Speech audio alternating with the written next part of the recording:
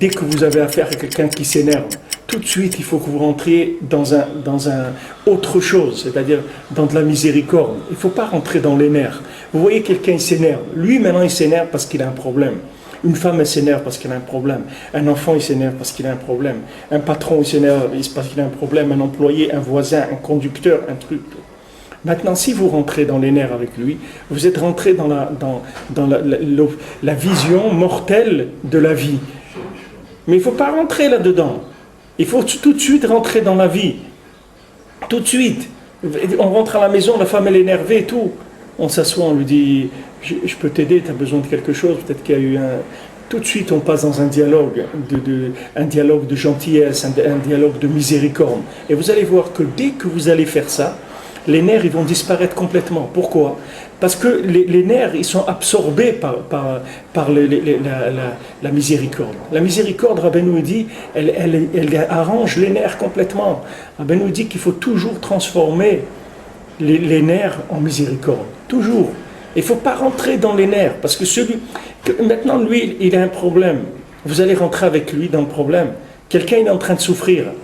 Une fois, je me rappelle, les Acher Altov, le Rav Besançon nous disait, quelqu'un il est venu le voir, il dit, mais vous ne vous mettez même pas à ma place, mettez-vous à ma place. Mais il a dit, heureusement que je ne me mets pas à votre place, sinon je ne pourrais pas vous aider. Je peux vous aider parce que je ne suis pas à votre place. Je vous comprends, mais je ne suis pas à votre place. Si je me mets à votre place, je ne peux pas vous aider, on va être deux à vivre la même chose. Donc moi, là où je suis, je peux vous aider. Quelqu'un est en train de se noyer, il dit viens à ma place. Mais si je viens à ta place, on va deux se noyer. Moi je reste à ma place, je cherche une corde, une bouée, un truc, et je vais te sortir. C'est ça mon travail. Maintenant quand vous voyez quelqu'un qui s'énerve, tout de suite il faut rentrer dans un déclic, il faut qu'il y ait un déclic de miséricorde. Il faut enlever complètement la réaction nerveuse.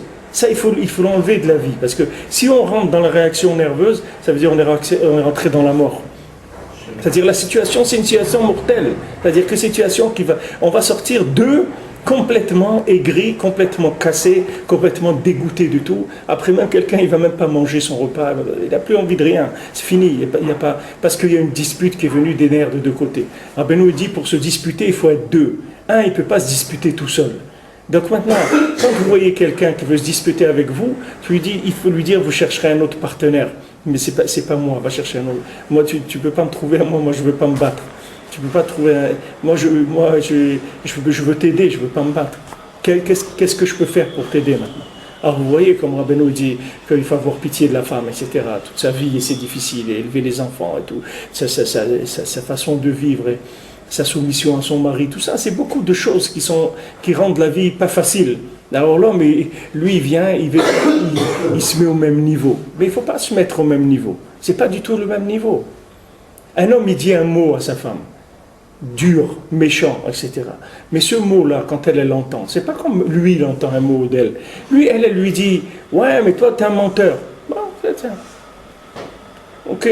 Lui, il est parti, il a son travail, ses trucs et tout, et ça n'existe plus. Mais la femme, c'est pas du tout comme ça. La femme, s'il lui a dit un mot qui lui a fait mal, le mot il reste, il fait des ondes, il émet sans arrêt. Et vous pouvez prendre ce mot, 20 ans après, vous allez trouver que le mot, il émet encore des ondes.